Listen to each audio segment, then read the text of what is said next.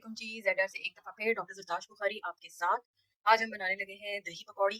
ठीक है, ये वही दही पकौड़ियाँ जो मैंने बनाई थी, आपको बनाना सिखाई थी और आप इनकी लुक चेक कर सकते हैं और देख सकते हैं। ठीक है, ये देखिए, ये कितनी खूबसूरत और किस कदर औसम किस्म की जो है वो हमारी दही पकौड़ी जो है वो बनी हुई है। ठीक है, दूसरी छोटी वाली भी मैं आपको हाथ में लेके दिखा देती हूँ कि ये देखें, बिल्कुल सॉफ्ट है। ठीक है, किसी किस्म की वो नहीं है, ये हाथ लगाने से ये टूट रही है। ठीक है, अंदर का जाली आप चेक कर सकते हैं। ठीक है, इंतहाई खूबसूरत किस्म की। तो जनाब हम अभी ये बना लेंगे। दही में मैंने इस वक्त तक सिर्फ नमक ऐड किया, ठीक है, और उसके बाद अब मैं इसमें जो है वो पकौड़ियाँ ऐड करने लगी हूँ। ठीक है, और बाकी जो चीज़ें हैं वो आपको साथ साथ बताती जाऊंगी। चैनल को लाइक करना, शेयर करना, सब्सक्राइब करना बिल्कुल मत भूलिएगा।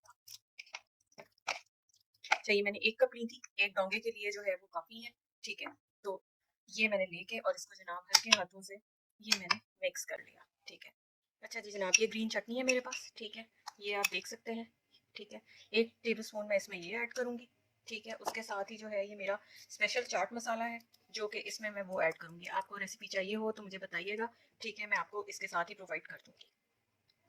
नहीं जी जनाब, हमारी औसम किस्म की जो है। अच्छा, आलू जो है वो मैंने इसलिए नहीं ऐड किए क्योंकि बहुत सारे लोगों का होता है जी डाइट कॉन्शियस फलाना, हालांकि इसमें से कोई इतनी को डाइट से कुछ नहीं होता। 2-4 आलू के पीस खा लेने से आपको कुछ नहीं होगा, कार्बोहाइड्रेट्स भी आपको चाहिए होती हैं। ठीक है, तो ये आपकी अफ्तारी के लिए जो लोग डाइटिंग पे हैं स्पेशली उनके लिए औसम किस्म की जो है वो दही पकौड़ी जो है वो तैयार है। ठीक है, सलाद मेरे पास आप देख सकते हैं, ये मैंने काट के रखी हुई है, जिसमें मूली है, प्याज है, हरा धनिया है, पुदीना है और साथ में जो है हमारी बंद गोभी है। ठीक है, तो इससे जो है मैं थोड़ी सी इसमें ऐड करके मिक्स करूंगी और बाकी मैं गार्निशिंग के लिए बचा लूंगी। ठीक है, ये मैंने इसमें डाल दी। अच्छा, ये मेरे पास देख लें, ये मैंने पापड़ी खुद होममेड बना के रखी हुई है। क्रिस्प एंड क्रंच आप चेक कर सकते हैं। ठीक है, तो इसको अभी नहीं ऐड करूंगी, जब आपने सर्व करना हो तभी इसको साथ में जो है वो डालिएगा। ठीक है, इसको मैं मिक्स करती हूँ। जी जनाब, इंतहाई खूबसूरत हमारी दही पकौड़ी तैयार हो गई है। ठीक है, अब इसकी गार्निशिंग कर लेंगे हम सलाद से। ठीक है, जो मैंने काट के रखी हुई है आपको बताई है कि कैसे करनी है। ठीक है, बहुत ईजी है बनना, मिनटों में बनने वाली है, कोई चूल्हे के आगे खड़ा नहीं होना पड़ेगा। एक दफ़ा पकौड़ियाँ बना के और उसको स्टोर कर लें। ठीक है, और सारा रमज़ान जो है वो बड़े आराम से बनाएं और खाएं।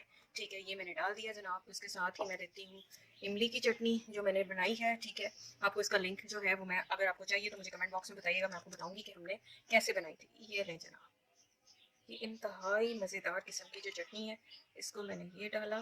ठीक है, और ये हो गई जनाब हमारी दही फुल्की तैयार औसम किस्म की।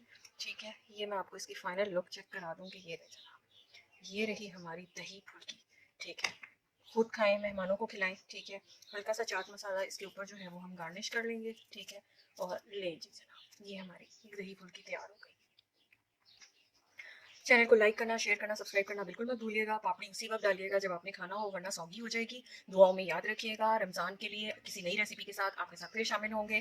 तब तक के लिए इजाज़त दीजिए, अपना बहुत ख्याल रखिएगा। अल्लाह हाफ़िज़।